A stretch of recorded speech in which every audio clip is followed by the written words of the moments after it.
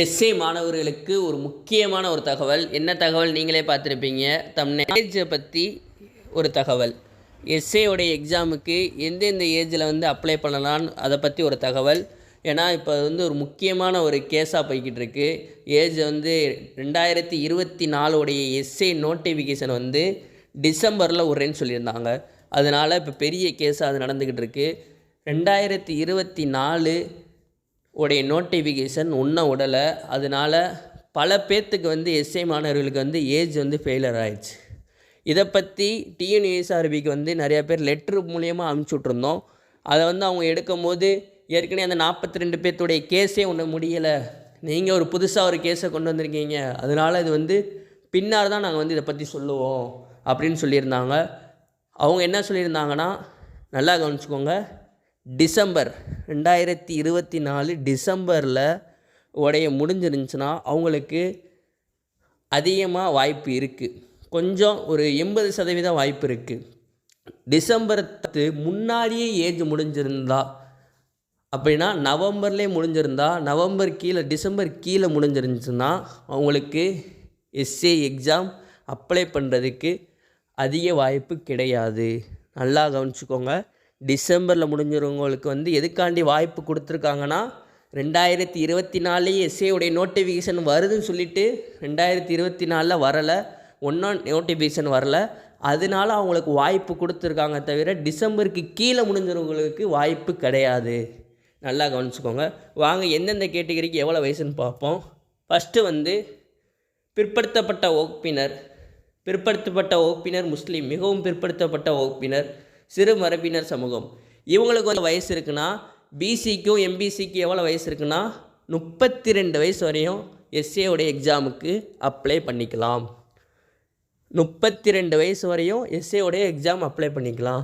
அந்த 32 வயசு டிசம்பரில் முடிஞ்சிருந்துச்சுன்னா அவங்களுக்கு 80% தான் வாய்ப்பு இருக்குது.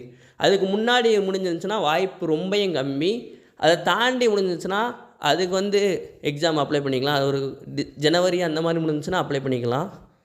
அதுக்கடுத்து ரெண்டாவது எந்த சமூகம்னா பட்டியல் சாதி அருந்தியர், பட்டியல் பழங்குடியினர், எஸ்சி அந்த மாதிரி கேட்டகரிக்கு எவ்வளோ வயசுனா 35 வயசு வரையும் அப்ளை பண்ணிக்கலாம்.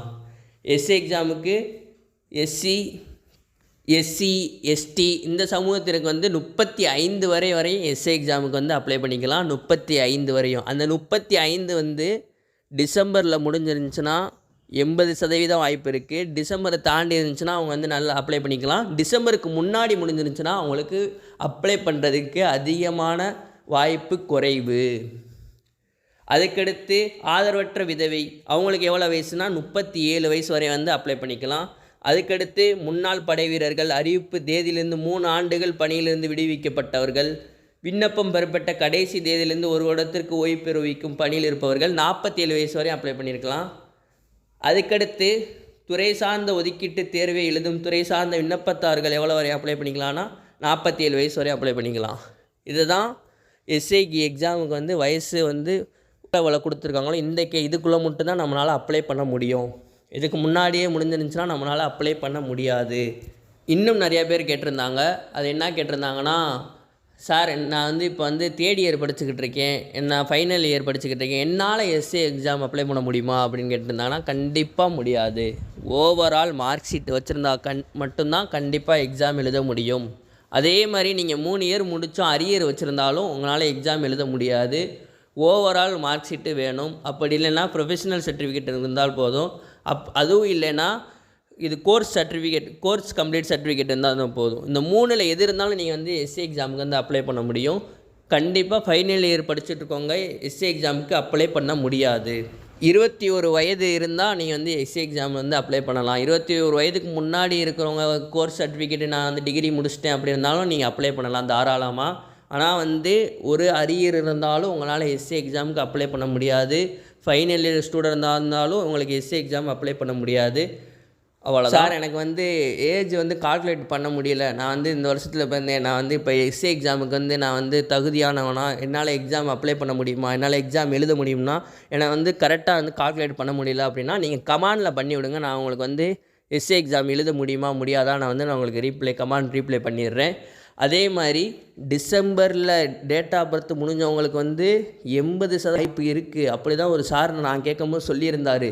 அவங்க வந்து நீங்கள் வந்து கண்டிப்பாக ஒரு லெட்ரு டிஎன்யூஎஸ்ஆர்பிக்கு அனுப்பிச்சே ஆகணும். அதனால் அது வந்து நோட்டிஃபிகேஷன் விட்டக்கப்புறம் அவங்க என்ன சொல்கிறாங்களோ அதுக்கப்புறம் அதை வந்து நம்ம பார்த்துக்குருவோம். அப்படி வந்து வயசு வந்து டிசம்பருக்கு முடிஞ்சவங்க கிடையாது அப்படின்னு சொல்லியிருந்தாங்கன்னா நம்ம எல்லாத்துக்காண்டியும் கண்டிப்பான முறையில் டிஎன்யூஎஸ்ஆர்பிக்கு வந்து கண்டிப்பான முறையில் நம்ம லெட்டர் அனுப்பிச்சுடுவோம். ஏன்னா அவங்க கண்டிப்பாக எனி டைம் படிச்சுக்கிட்டு இருக்காங்க. அவங்களுக்கு வந்து லாஸ்ட் அட்டம்ப்ட்டு அவங்க இதுக்காண்டி போகிறதுக்காண்டி எதிர்பார்த்துருப்பாங்க. ஆனால் இந்த மாதிரி ஆனனால அவங்க போகாமல் இருப்பாங்க. அதனால் கண்டிப்பாக அவங்களுக்கு ஒரு டிஎன்யூஎஸ்ஆர்பிக்கு ஒரு லெட்ரு கண்டிப்பாக அனுப்பிச்சே ஆயிடுவோம். அதுக்கடுத்து இப்போ ஏஜ் கால்குலேட் பண்ண தெரியாதவங்க கமெண்டில் பண்ணிடுங்க. நான் வந்து உங்களுக்கு எவ்வளோ ஏஜ் நீங்கள் தகுதியாக எஸ்ஏ எக்ஸாமுக்கு நான் உங்களுக்கு வந்து ரிப்ளை பண்ணிடுறேன். அடுத்த வீடியோவில் நல்ல தகவல் கிடச்சுன்னா நான் உங்களுக்கு அப்லோட் பண்ணுறேன். நன்றி, வணக்கம்.